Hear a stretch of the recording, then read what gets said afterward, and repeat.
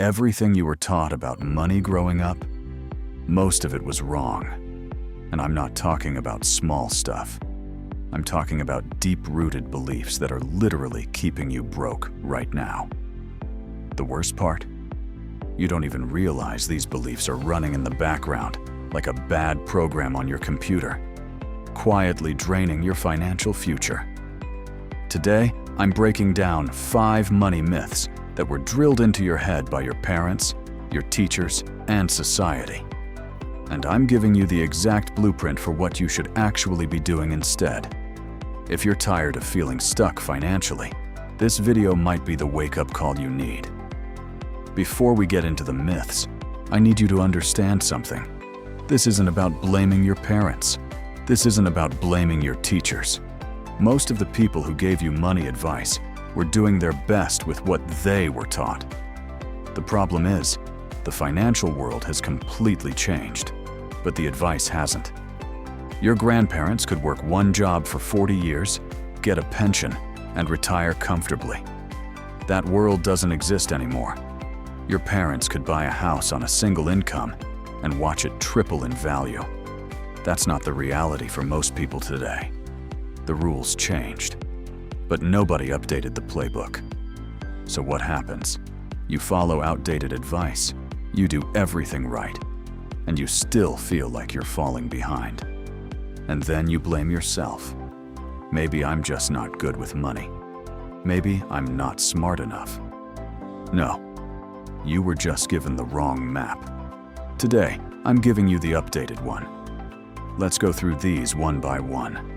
And more importantly, I'll tell you exactly what to do instead. Myth number 1. You need to make more money to build wealth. This is the big one, the myth that almost everyone believes. If I just got a raise, if I just got a better job, if I just made $100,000 a year, then I'd be good with money. It sounds logical, right? More money. It means more money to save and invest. But here's what actually happens, and the data backs this up. A study from the National Endowment for Financial Education found that 70% of people who receive a sudden financial windfall, we're talking lottery winners, big inheritance, huge bonus, lose it all within a few years. 70%. These people got the money they dreamed about and ended up right back where they started. Some ended up worse. Why? Because more money doesn't fix bad money habits. It amplifies them. If you spend everything you make at $40,000, you'll spend everything you make at $100,000. The expenses just get fancier. Nicer car, bigger apartment, more subscriptions, more dinners out. It's called lifestyle inflation, and it's a silent wealth killer. I see it all the time. Someone gets a $15,000 raise, and within 6 months, their lifestyle has expanded to eat up every dollar of it. They're making more, but saving the exact same amount. 0. Here's the truth. It's not about how much you make. It's about how much you keep. There are people making $200,000 a year who are broke. And there are people making $50,000 who are quietly building 6-figure portfolios. The difference isn't income, it's the system. What to do instead? Set up the 15-65-20 formula. I did a whole video on this. 15% of your income goes straight to investing before you touch anything else. Automate it. Make it invisible. 65% covers your living expenses. 20% goes to short-term savings and paying down debt. Here's the magic. Because it's built on percentages, not dollar amounts, it scales with your income. Making $40,000? 15% is $6,000 a year invested. Get that raise to $60,000? Now you're investing $9,000 automatically. Your lifestyle can grow too, but it grows within the 65%, not beyond it. That's how you break the cycle. Now, this next myth, Myth number 2 is the one your grandparents lived by. And while I love them for it, it's probably the reason you have the wrong relationship with your savings account right now. Myth number 2, saving money is how you get rich. Save, save, save. Put money in the bank. Don't spend. Be frugal. Cut coupons. Make your coffee at home. You've heard all of this, right? And look, saving is important. I've got a whole video about why your first $5,000 changes everything. That first chunk of savings gives you options. It gives you breathing room. It stops you from going into debt every time your car breaks down or you get a surprise bill. But here's what nobody told you, and this is critical. Saving alone will never make you wealthy. Not in a million years. Literally. Let me show you the math. Let's say you're disciplined. You save $500 a month in a high-yield savings account earning 4.5%, which is actually a great rate right now. After 30 years of disciplined saving, you'd have about $370,000. Not bad, right? But that same $500 a month invested in an S&P 500 index fund, averaging 10% over the same 30 years. Over $1 million. Same money. Same discipline. Completely different result. That's the difference between saving and investing. And it gets worse. There's an invisible thief stealing from your savings account right now. It's called inflation. If your money is sitting in a regular savings account, earning 0.5% interest, while inflation runs at 3 to 4%, you're not keeping your money safe. You're actually losing purchasing power every single year. That $10,000 in your savings account buys less stuff next year than it does today, and less the year after that. Your savings account isn't a vault, it's a leaky bucket. What to do instead? Here's the 2-step plan. Step 1. Build your emergency fund. 3 to 6 months of living expenses in a high-yield savings account. This is your safety net, your Life Happens Fund. You don't touch it unless it's a real emergency. Step 2. Once that emergency fund is set, every dollar you save beyond that needs to be invested. Not sitting in a bank. Put it in a low-cost index fund. Put it in a Roth IRA. Put it in assets that grow faster than inflation. And remember the 8-4-3 rule I talked about in another video. The first 8 years of investing feel painfully slow. You're putting in money, and it barely seems to grow. But then compounding kicks in.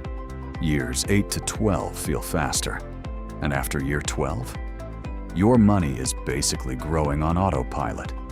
The interest is earning interest is earning interest. That's why time is more valuable than the amount. Starting with $50 today beats starting with $500 5 years from now. All right, myth number 3.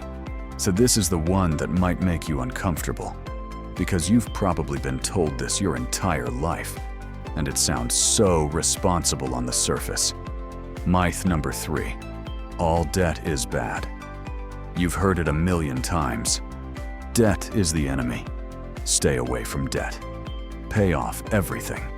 Cut up your credit cards. If you can't buy it in cash, you can't afford it. And I get the appeal of that mindset. It feels safe. It feels responsible. And honestly, for some types of debt, that advice is absolutely right.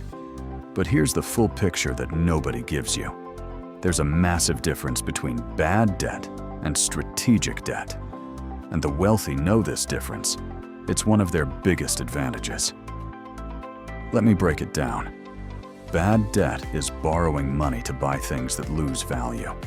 A $5,000 credit card balance on clothes you don't wear anymore. That's bad debt. A $40,000 car loan on a brand new car that loses 20% of its value the second you drive it off the lot. Bad debt. A buy now, pay later plan on a vacation. Bad debt. You're paying interest on things that are literally worth less every day. That's money working against you, sometimes at 20, 25, even 30% interest. Strategic debt is completely different. That's borrowing money at a low rate to acquire something that makes you money or grows in value. Think about it. A real estate investor buys a rental property with a mortgage at 6% interest. That property generates rental income of 10 to 12% per year and appreciates in value over time. The debt isn't hurting them. It's the engine of their wealth. This is called leverage, and it's how almost every wealthy person in history built their fortune. They didn't save their way to millions. They used other people's money strategically. Now, and I need to be clear about this, I'm not saying go rack up debt. I'm not saying be irresponsible. What I am saying is that the blanket statement, all debt is bad, is keeping a lot of people from building real wealth. What to do instead? Think of debt like fire. Uncontrolled, it'll burn your house down. But controlled, it heats your home and cooks your food. Here's the framework. First, eliminate all high-interest debt immediately. Credit cards, payday loans, anything above 7 to 8%. Attack those with everything you've got. Use the avalanche method. Pay minimums on everything except your highest interest debt. Throw every extra dollar at that one until it's gone, to then move to the next. Second, once your high-interest debt is gone, don't be afraid of low-interest debt that puts money in your pocket. A mortgage on a rental property that cash flows $300 a month after all expenses. That's not bad debt. That's a wealth-building machine. A business loan at 5% to start a business that earns 20%. That's not reckless. That's smart. The question isn't, is this debt? The question is, does this debt make me money or cost me money? All right, we're halfway through, and let me ask you, which of these myths were you taught growing up? Drop a comment below, because I guarantee at least one of these hit home. Now let's keep going, because the last two myths are the ones I'm most passionate about. These are the ones that stop people from even starting their wealth journey. Myth number 4. You need a lot of money to start investing. This one breaks my heart because it stops so many people from ever getting started, and I hear it all the time. I'll start investing when I have more money. I'll start when I pay off my car. I'll start when I get that promotion. I'll start when I understand the stock market better. When? When is that exactly? $10,000? $50,000? Here's the truth. It never feels like enough. There's always another bill, another expense, another reason to wait. And so you wait, and wait, and 5 years go by. 10 years go by. And the single most powerful force in wealth building, compound interest, has been sitting there doing nothing for you. Here's reality. You can start investing today with $5. I'm serious. $5. Fidelity, Schwab, Vanguard. They all offer fractional shares. You don't need $500 to buy a share of an S&P 500 index fund. You can buy $10 worth. You can buy $1 worth. And I know what you're thinking. $5? $25? What's the point? That's not going to make me rich. And on its own? You're right. But let me show you what consistency plus time actually does. $25 a week. That's less than most people spend on coffee and fast food. $25 a week invested in an index fund, averaging 10% annual returns. After 5 years, about $8,500. After 10 years, about $22,000. After 20 years, about $82,000. After 30 years, over $245,000, almost $250,000. From $25 a week. You know how much of that you actually put in out of pocket? About $39,000. The rest over $200,000. That's compound interest doing the work for you. Your money making money, making money. Now imagine you increase that as your income grows. Start at $25, bump it to $50 after a raise, $100 after the next one. Now you're looking at $500,000, $700,000, potentially over $1 million, all because you started with $25 instead of waiting for the perfect time. What to do instead? Here's your action plan. And I want you to do this today, not tomorrow, not next week. Step 1. Download a brokerage app. Fidelity, Schwab, or Vanguard. All free, all beginner friendly. Step 2. Open a Roth IRA. This is your best friend as a beginner investor because your money grows tax-free. Step 3. Set up an automatic weekly transfer. Even if it's $10, even if it's $5. The amount matters less than the habit. Step 4. Buy a total stock market index fund or an S&P 500 index fund. Don't overcomplicate it. One fund, automatic. Done. That's it. 4 steps. 15 minutes of your time today. And you've just done something that 56% of Americans haven't done. You've started investing. The best time to start was 10 years ago. The second best time is right now. Now this last myth, myth number 5. This is the most dangerous one on the list. It's the most dangerous because it sounds so reasonable, so safe, and almost everyone around you believes it. Myth number 5. A good job equals financial security. Go to school, get good grades, get into a good college, land a stable job with benefits, and a 401k. Work hard for 40 years. Retire. That's the plan. That's what success looks like, right?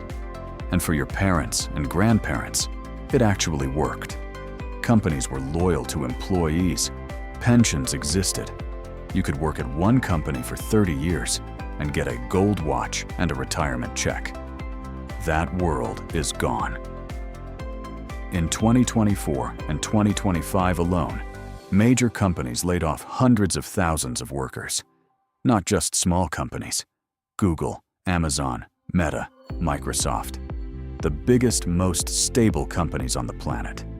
People who thought they had secure jobs got an email on a Tuesday morning telling them not to come back.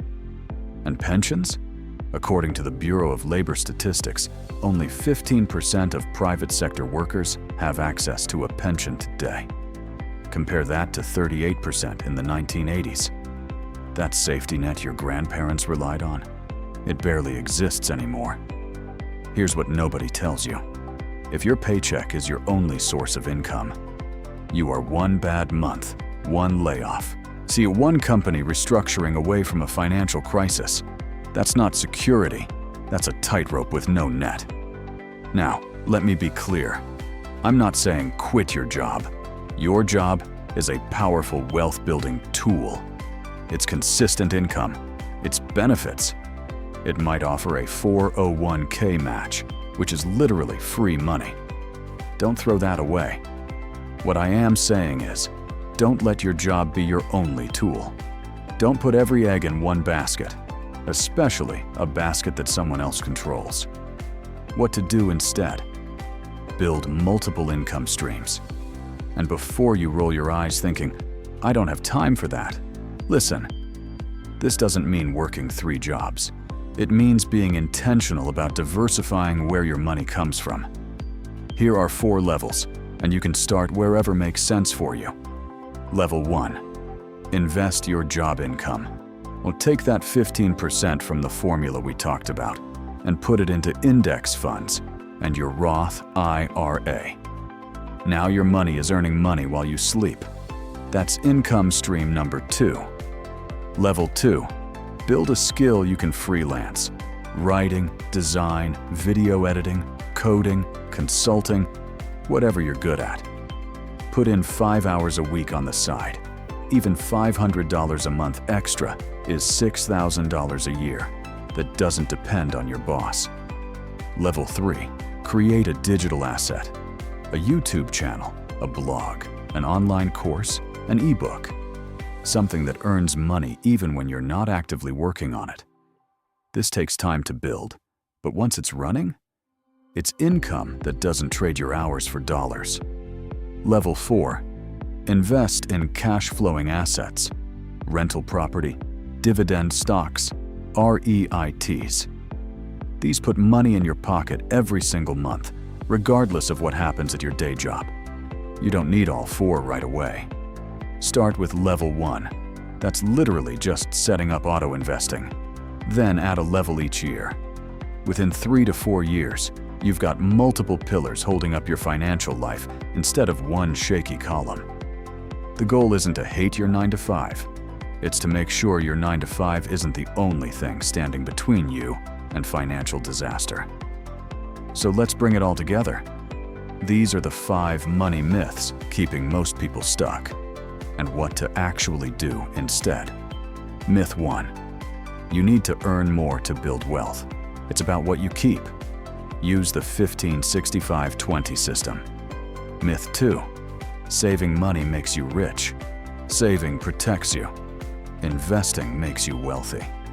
Build your emergency fund, then invest everything beyond that. Myth 3. All debt is bad. Bad debt costs you money.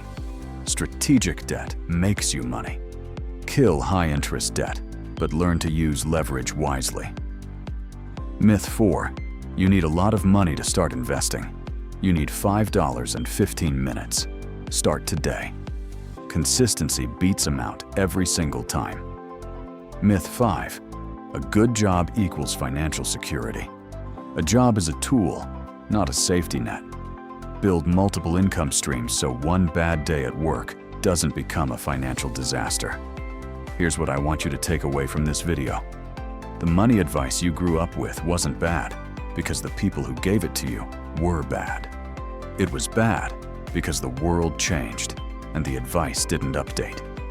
But now, you have the updated playbook. And the most important step, it's not the one you take a year from now when everything is perfect. It's the one you take today. Open that investing account. Set up that automatic transfer. Write down your 15/65/20 budget. Do one thing before you close this app, because growth doesn't happen someday.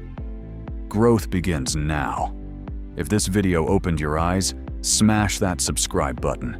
I'm putting out new videos every week breaking down the money strategies nobody teaches you. This is the kind of stuff I wish someone told me years ago, and I'm making sure you don't have to wait as long as I did. Drop a comment below.